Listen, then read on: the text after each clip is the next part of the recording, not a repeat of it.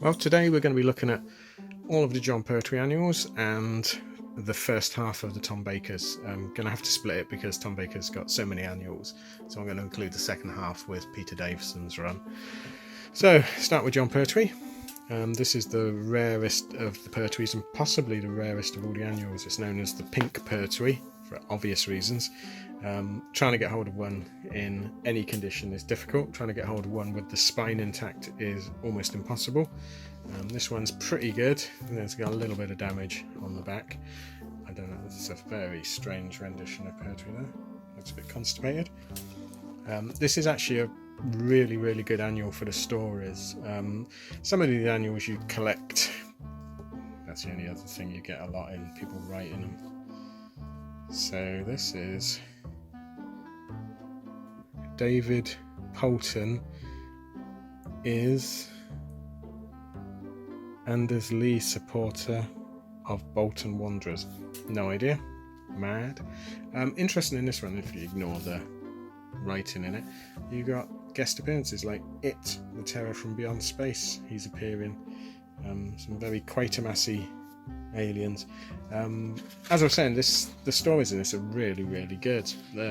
It's almost like a what if Doctor Who had carried on like season 7 had. So you've got hard-nosed unit, professional soldiers, all of them really ruthless. The Doctor is very Quatermassy in this. In some of the stories he's not even the star of them, it's a unit one. The artwork is superb. I think I love the artwork in this one. Sometimes the likenesses are not on, but sometimes they're spot on. The stories are well worth reading. Again, horrible filler. Probably, yeah, it's getting, I think it does go in order, so as you go on, the worse the filler gets. Lots of interesting articles about old men with beards. It could be Pat Troughton, actually. If you can get hold of this one, go for it. It's such a good read. It's a good read as stories, let alone as a Doctor Who collectible. Not as colourful as some of them. There's only some of the pages are full colour and some are still sort of the two-tone colour. What's going on there? Who knows? Yeah, never mind. Star Facts. So go for this one if you see it. I mean, if you see it anyway, grab it because it's so rare. But if you can get it at a good price, I mean, I've seen them go for stupid amounts. You have to time it. Sometimes these go quite cheap. Not cheap, but cheap for what they are. But sometimes the demand is just so high for them. But good. I like that one. Then we start moving on to where the annuals, as you can see, are getting thinner. Presumably because it's makes more profit if the annual's thinner. The only trouble is they're thinner, less page count, and more filler. So you're getting less and less Doctor Who content. Back to the photographic covers. Quite a strange one of the Doctor in the unit lab from Terror of the Autons, I think, just before Joe turns up and destroys his experiment. It's a DMAT circuit for the TARDIS. Not a bad annual. The artwork is quite nice in it. The stories are a little bit near. Basically, it goes with the alien invasion every week story. The Doctor does do a lot of work for the space agency in this one. But again, lovely artwork. No idea. They never used to credit the artists, so no idea who they are. Lots and lots of filler again. Monsters that really lived. Bizarre. Great likenesses again, some good artwork, and then we're back to that seems to be a standard Greek myth monsters. They must have thought we were fascinated. This is a good story. This is where there's sort of a mixture of the Silurians, so they're down in a cave system, but they're also fighting a machine called the Khaled, which I have no idea where they got that name from. It's so good. But yeah, good stories. Sometimes bad stories, sometimes a bit of a mixed bag. This one fairly common, pick it up quite easily. And then we're on to the 74 one. We're starting with what I like to refer to as the Bunty cover, because it looks like an issue of Bunty, the girls' magazine. Again, getting thinner. Artwork's okay in it, but it's a bit nondescript. Lots of stories featuring the Master in this one, which is good if you like the Master. Back to some comic strips. They've been missing for a while. The comic strips are always a bit asinine and not very good, but as a kid I preferred the comic strips to the stories. Now of course I prefer the stories to the comic strips. I think that just happens as you get older. So again, a nice addition to the range. Nothing stands out about this one. Again, quite easy to get hold of this one. This is a really nice condition one. You can pick them up quite cheaply. This is the last Pertwee. Back to the photographic covers from, I think, not Planet of the Daleks, Death to the Daleks, this one. I like this annual. I think it's one of the, other than the first one, it's one of the strongest Pertwees. Some really nice artwork.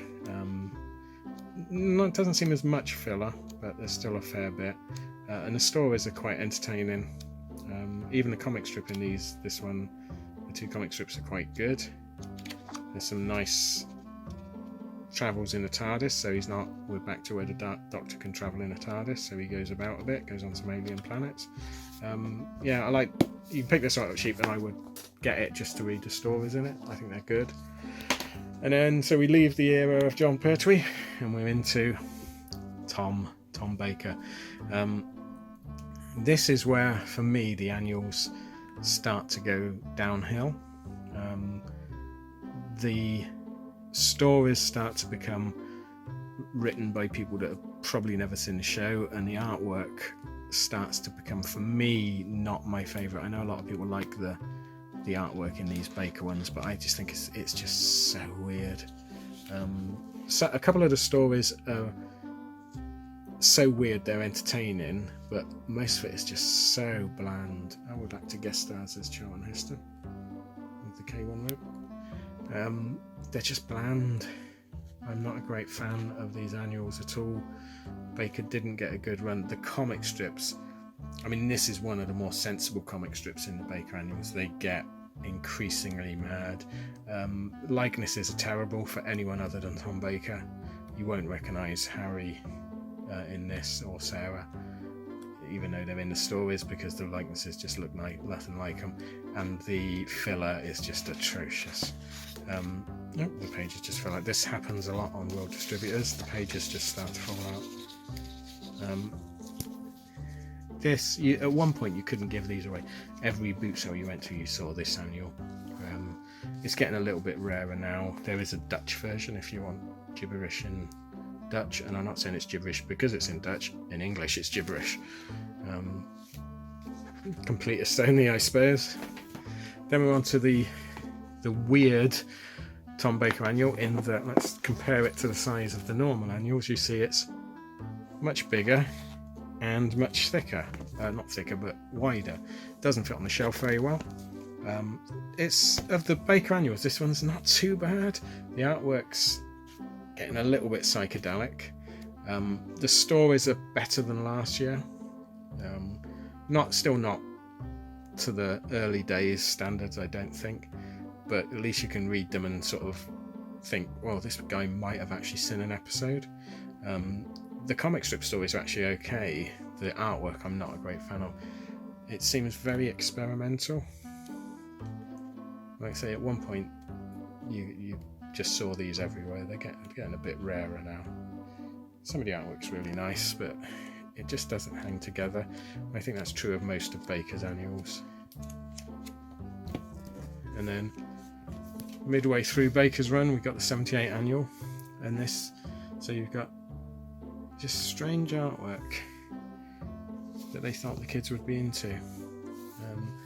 We're back to it being a bit, there's nothing really stands out about this annual. The artwork, the comic artwork is really nice, but conversely, last year the stories were good, but the artwork wasn't great. This year the artwork's really good, I quite like it, but the stories are just terrible. The same with the strip stories in this. Not just boring. They're not so bad they're good. What is going on there? Some good likenesses. Again, I find these Baker annuals, you just get them because you don't want a gap in your collection. Well, thank you for watching that. I don't think it was as interesting as the Hartnell and Troughton ones, because the annuals are not as interesting to look at. So next time we'll do the rest of Baker's and Peter Davison's. Well, thanks for watching, and I'll see you again. Bye.